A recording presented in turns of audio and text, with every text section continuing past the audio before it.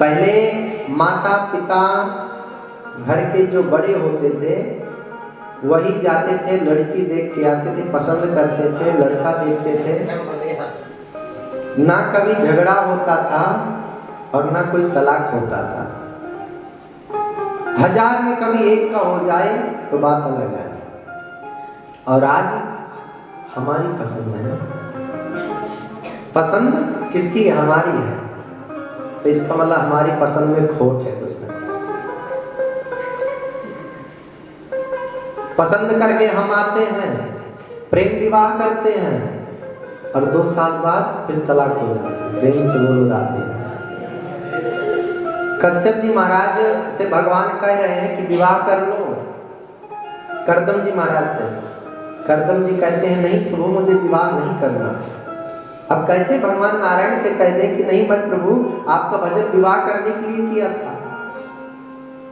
भगवान नारायण ने कहा स्वयंभू मनु नाम के एक राजा हैं और उन्हीं की जो पुत्री है माता देवहूति, उन्हीं के साथ आपका विवाह फिक्स करके आ गया हूं। और जैसे ही वो आएंगे आपके साथ अपने पुत्री का विवाह करने, विवाह कर लेना। करदम जी ने कहा एक शर्त पे विवाह करेंगे, आप यदि नारायण बन के आप मेरे पुत्र बन के आएंगे तभी मैं विवाह करूंगा। भगवान ने कहा ठीक है। करदम जी महाराज फिर भी ना भगवान नारायण से शर्मा रहे थे। और आजकल का जमाना पूछो मत, प्रेम से बोलो राधे राधे। ऐसे ही एक विवाह की बात है तो एक चुटकुला याद आ गया, सुना ना? हाँ, थोड़ा नींद आ रही है। एक आदमपुर मंडी से भैया गए हिसार, अपने छोरी का, ये हम बना रहे हैं ठीक है ना, हाँ ये हकीकत मत मान लेना, छोरी का रिश्ता देखने के लिए।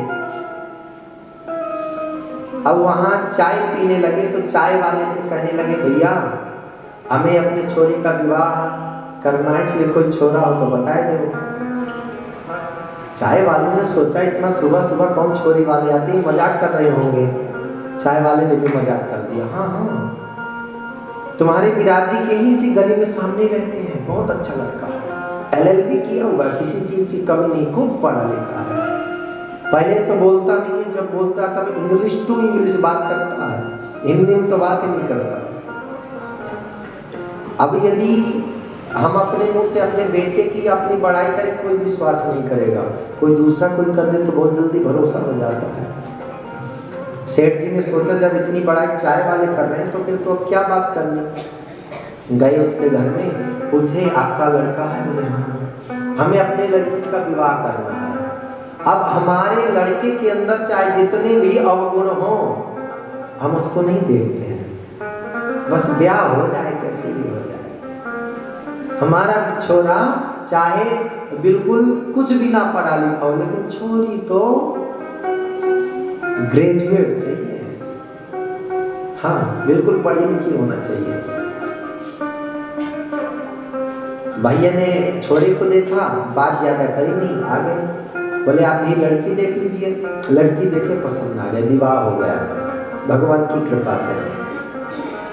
अब जब विवाह हुआ तो उस समय किसी ने देखा नहीं, विवाह हो गया, जो लड़की है वो पहुंच गई अपने ससुराल। वो तो समझ गई क्योंकि वो पढ़ी लिखी थी, समझ गई कि ये अंगूठा टेका है, कुछ भी नहीं आता। अब क्या करें, हमारी परंपरा ऐसी है कि अगर जिसके साथ विवाह हो जाता है उसी के साथ चाहे अच्छा हो बुरा हो निभाना पड़ता है। उसने सोचा कोई बात नहीं, हमें पढ़े लिखे से क्या मतलब है, घर की जिम्मेदारी समझ ही रहे हैं, बाहर पैसा कमाने नहीं जाएंगे, मैं कमा लूंगी, घर की व्यवस्था चला लूंगी। अपने घर पिहर चली गई, वहाँ गई तो वहाँ अपने बहनों से, अपने भाभी से, माँ से, सबसे खूब पढ़ाई कर रही। अरे इतने पढ़े लिखे हैं, विदेशों में कारोबार चल रहा है, फोन पे ऐसी ऐसी इंग्लिश पे बात करते कि मेरे भी समझ में नहीं आता। बड़ाई करते करते काफी दिन निकल गए, एक पत्र आता है कि आपको लेने इस दिन आएंगे। अब बहन के हृदय कांपने लगा, हाथ पैर कांपने लगे, कहीं श्रीमान जी लेने ना जाए। मैं जितनी बड़ाई करी थी ना, सारी बड़ाई यही रखी रह जाएगी, बेइज्जती हो जाएगी। जिस दिन आना था उस दिन सुबह से ही बहन तैयार होकर अपना बैग तैयार करके बिल्कुल दरवाजे पे खड़ी है। सामने रास्ता देख रही, देखते ही चुपचाप घर के अंदर भोजन कराया, चली जाऊंगी, कोई मिलेगा नहीं। लेकिन अगर पता चल जाए कि नए नए जीजा जी आ रहे हैं तो आस पड़ोसी सब लोग टकटकी लगा के देखते रहते हैं, जैसे कि कोई हीरा निकल रहा हो। और फिर अगर 10 साल बाद आ जाए और राम राम भी करे तो कोई राम राम स्वीकार नहीं करता, प्रेम से बोलो राधे राधे। श्रीमान जी आए, सभी जितनी भी साली थी सब, और जो सलंज थी सब आके घेर ली, जीजा जी आए, जीजा जी आए, जीजा जी। उसने इशारा कर दिया, कुछ बोलना मत, चुप रहना। अब उस भाई ने ऐसे उंगली लगा लिया। अब बहन ने कहा, ये इशारा कर रहा है कि मेरा मौन व्रत है, मेरा मौन व्रत में बोलता नहीं हूँ। भोजन के लिए बहन रसोई में गई, वहां से बढ़िया थाली में, एक थाली में खीर, एक में पूरी, एक और अलग से कटोरी में सब्जी ला करके रख दी सामने। छोटी छोटी पूरी थी। अब अंदर गई, उसने सोचा मन में, विचारा जरा देखो तो सही, कहीं घर की तरह तो नहीं खा रहे हैं कि एक रोटी पूरी उठा रहे कपक कर जा रहे हैं, गड़बड़ हो जाए। जाके देखा तो श्रीमान जी एक पूरी का टुकड़ा लेते, पूरा रोटी लेते, खीर लगाते, गपक कर जाते। बहन ने चूड़ी बजाए अंदर से, अरे क्या कर रहे हो, देखो तो सही, सब लोग देख रहे हैं। और उन्होंने इशारा किया, क्या करें? बोले कम से कम एक पूरी के 2 टुकड़े तो कर लो। श्रीमान जी ने सोचा कि 2 टुकड़े नहीं, ये करी एक पूरी काम नहीं चलता, यहाँ 2 पूरी खा जाते हैं। हाँ, अब श्रीमान जी क्या करते, 2 पूरी लेते, सब्जी में लगाते, गपक कर जाते।